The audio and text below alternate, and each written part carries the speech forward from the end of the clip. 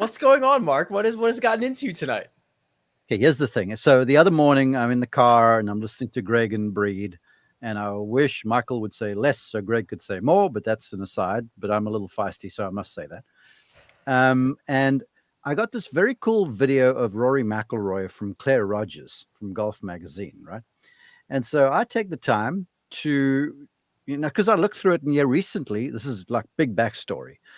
I talk with the guys on my show from AMG, Athletic Motion Golf, and they do great work. They basically get swings of everybody. They put it in gears. They get 3D data on everyone. And so I basically then take my my eye test, to use Patrick's vernacular, and I take that to them, and I'm like, this is what I see. And they tell me, right, you good, or no, you must look this way, or whatever. And I've called Rory McIlroy a lot, right? And I said to them about how his right arm works. I'm like, whenever I've watched Rory from the front, it looks like on the way down, like a lot of golfers, the right elbow gets way low in relation to the left elbow, trail and lead elbow. And I'm like, Rory almost looks like he turns on top of the thing on the way down. And I feel like then he hits this almost like downward punch through the ball. And with the leg action he has, it's down versus up, and it creates this dynamic launch condition. And that's part of the reason why he hits it so flush. And they're like, you know what? You're absolutely right, because we measured that stuff, and the way his right arm works, a lot of folks would benefit from it. So I get this video from Claire Rogers, and she's sort of looking side on at Rory, right? Off the tee. And you can see it not plain as day, but I can see the action. So I decide, because I'm feeling benevolent on, I don't know, post Ryder Cup, that I was going to do a little analysis of this and put it on Instagram and on YouTube, which I duly do. And you can imagine I get the commensurate amount of hate from certain folks. And then That's some the internet, people are like, love you, thank you so very much. But this one dude starts calling me out, because I put a voiceover to this, and I said, okay, here's a video of a generational ball striker, right? Now I'm going to step aside and say, I'm listening to Greg the other day with Burrito, and Greg's talking about how Rory hits it and blah, blah, blah. And you made some point, Greg, I can't remember, but I remember in the car, I pulled over to text you saying, yes, amen, preacher, you're doing the work.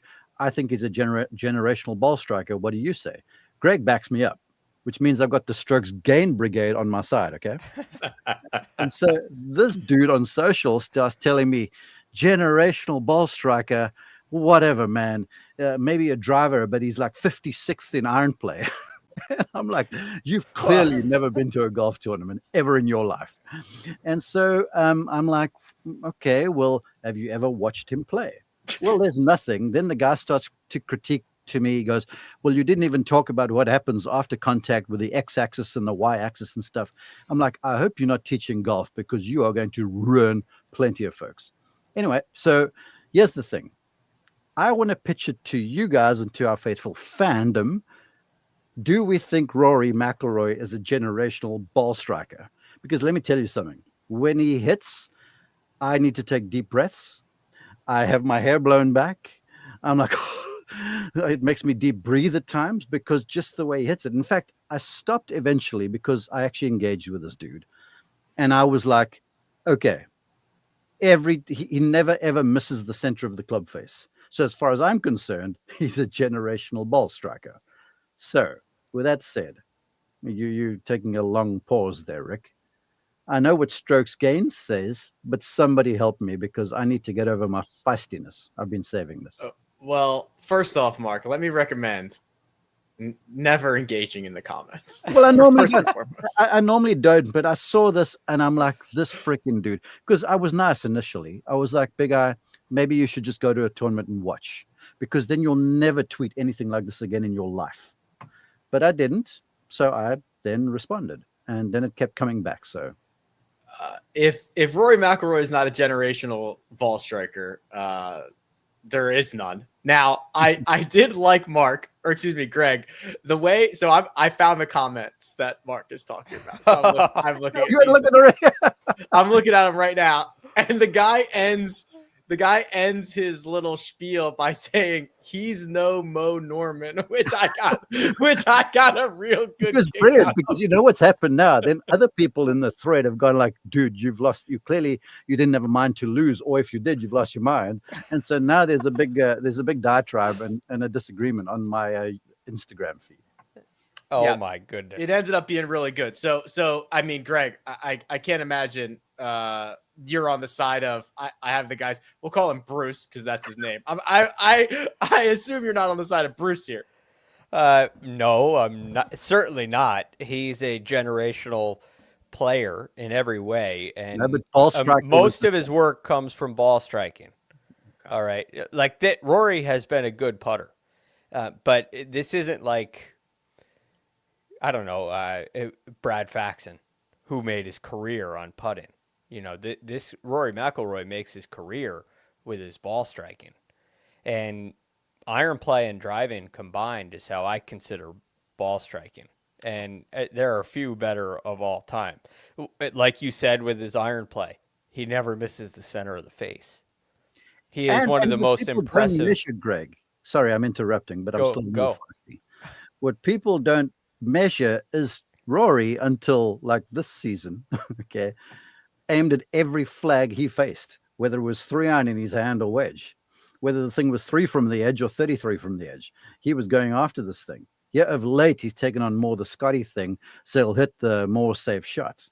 So there's something that's something to bear in mind as well. Yeah. I mean, I watch Rory when he's playing poorly, and it's mesmerizing to watch. You know, when he's playing good, there's nothing like it. This is one of the best golfers we've ever seen. I mean, from the time that I've been watching golf in the 2000s, you can count on one hand players who are better than Rory McIlroy. You can count on one hand ball strikers who are better than Rory McIlroy. And I'm sorry, I've heard the legends of Mo Norman, but Mo Norman doesn't have a career Grand Slam. All right, so you can go out in your game and play hit the flag stick, you know, count like Mo Norman used to play a game where they'd count flag sticks hit instead of score.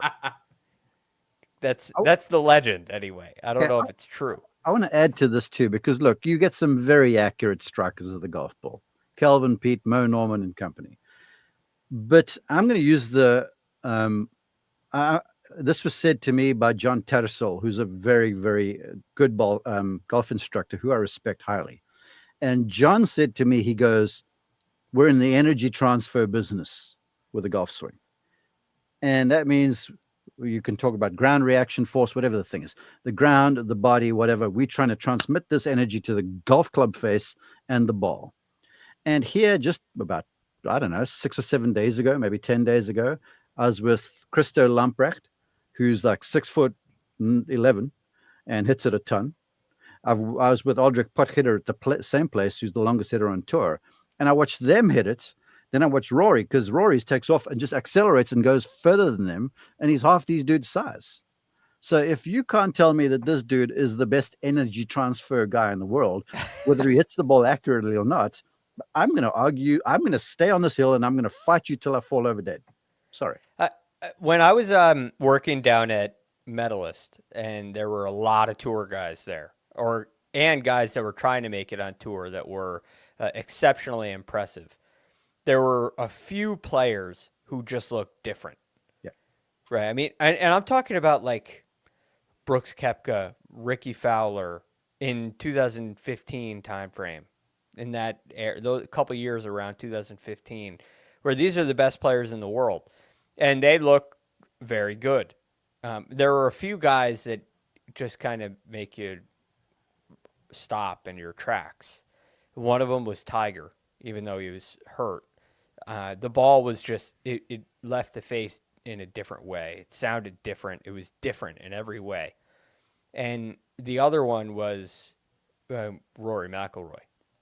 And his ball just left in a totally different window than the best players in the world. It was faster. It was higher. Uh-huh. It was high, but it didn't look floaty. No, Like, it was just like a second. It's a torpedo through the top of its trajectory. It's crazy. yeah, man. yeah, it's the highest penetrating ball flight you've ever seen. I don't understand it. And I think what you said about his arm, the combination of the downwardness of his arms and the upwardness of his legs, what that does for launch is just wild. So, It's wild. So, yes, Greg, generational ball striker. help me a second. So what I did was I decided it's Friday afternoon. I'm going to go and hit a few shots, right? Maybe burn off a little feistiness. And it just aggravated me more because I watched my balls come out there like poof, little powder puffs. And in my head, because mine start off and then they just gradually climb and then fall out the air like a Roman candle, when it's run out of juice. And Rory's climbs up to the top, then accelerates, then comes off on like this 45-degree angle. And I was like, nah, I'm going back to tennis. I'm done. You don't want to compare your own game to Rory McIlroy's. No. But let's stop now. That's Feisty Friday done. I've burnt off my heat.